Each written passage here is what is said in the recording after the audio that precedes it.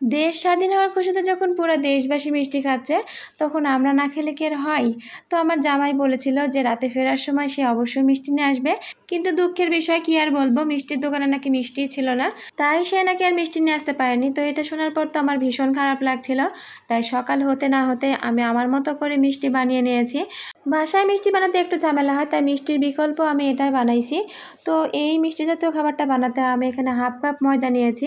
আটা বা ময়দা হাতের কাছে যেটা থাকবে সেটা দিয়ে কিন্তু এই মিষ্টি খাবারটা বানিয়ে নিতে পারবেন।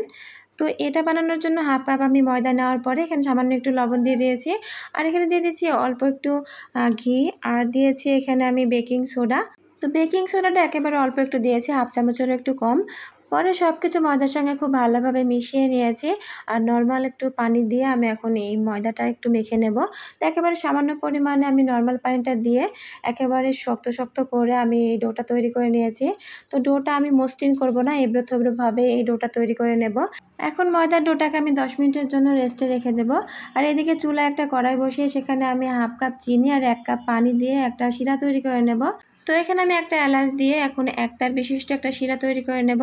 তো বেশ কিছুক্ষণ জাল দেওয়ার পরে যখন একতার বিশিষ্ট শিরাটা তৈরি করা হয়ে গেছে, তখন আমি চুলা থেকে শিরাটা নামিয়ে নিয়েছি। আর এদিকে যে ময়দার ডোটা রেস্টে রেখেছিলাম, সেই ডোটা অনেকটা নরম হয়ে গেছে। যতটা শক্ত মাখিয়েছিলাম 10 মিনিট রেস্টে রাখার পর কিন্তু অনেকটা নরম হয়ে গেছে। তো আমি আবারও ময়দার ডোটাকে এবড়ো থেবড়োভাবে আরেকটু মেখে নিলাম। এখন প্রত্যেকটা লেচি এবড়ো থেবড়ো অবস্থাতে একটু গোলাকারের মতো করে মাঝখানে একটু দেবে দিয়েছি।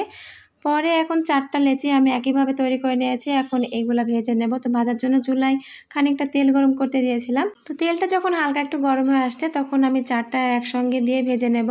আর চুলার জালটা একেবারে লো ফ্লেমে করে দিয়েছি। চুলার জাল লো ফ্লেমে করে এগুলো এখন আমি 10 থেকে 15 মিনিটের মতো আস্তে আস্তে বেশ মচমচে করে ভেজে নেব। তো বেশ কিছুক্ষণ ভাজার পরে যখন পুরাটা একেবারে মচমচে করে ভাজা হয়ে গেছে, তখন আমি এগুলো একটা বাটিতে তুলে নিয়েছি। আর এর ভেতরে এখন দিয়ে দেব সেই তৈরি করা শিরা। তো শিরাটা ঠান্ডা হয়ে যাওয়ায় আমি আবারও একটু গরম করে নিয়েছি। মানে এই মিষ্টিটা, ভাজা মিষ্টিটাও গরম হতে হবে আর শিরাটাও গরম হতে হবে, তাহলে খুব সুন্দরভাবে শিরাতে ভিজবে। তো এই যে শিরাতে চুবিয়ে আমি 40 থেকে 1 ঘন্টার মতো এটা আমি এক সাইডে রেখে দেব। তো 40 থেকে 1 ঘন্টার মতো রাখার পরে দেখা যাচ্ছে দেখুন একেবারে রসটা পুরাটাই টেনে নিয়েছে আর সুন্দর অনেকটা ফুলে গেছে। তো এখন আমি যেটা করব সেটা হলো একটা ছাঁকনিতে আমি বেশ কিছুটা গুঁড়া দুধ নিয়েছি আর অল্প একটু ঘি নিয়ে একেবারে ঝটপট মাওয়া তৈরি করে নেব। তো মাওয়াটা তৈরি করার পরে এখন বানানো মিষ্টিগুলো আমি মাওয়াতে গড়িয়ে নেব। তো মাওয়াতে প্রত্যেকটা মিষ্টি গড়ানোর পরে আমি পরিবেশন করে নিয়েছিলাম। তো এই মিষ্টিগুলো দেখতে যেমন সুন্দর ছিল, খেতেও মাশাআল্লাহ অসাধারণ ছিল। আমি তো ঝটপট খাওয়ার জন্য একেবারে অল্প একটু মিষ্টি বানিয়ে নিয়েছি। আপনারা বানালে কিন্তু অবশ্যই বেশি করে বানিয়ে নেবেন। আর ভিডিওটি যদি ভালো লেগে থাকে তো অবশ্যই একটা লাইক কমেন্ট করবেন আর আমার পেজে একটু সাপোর্ট করে পাশে থাকবেন। তো আপনারা ভালো থাকবেন, সুস্থ থাকবেন। আসসালামু আলাইকুম।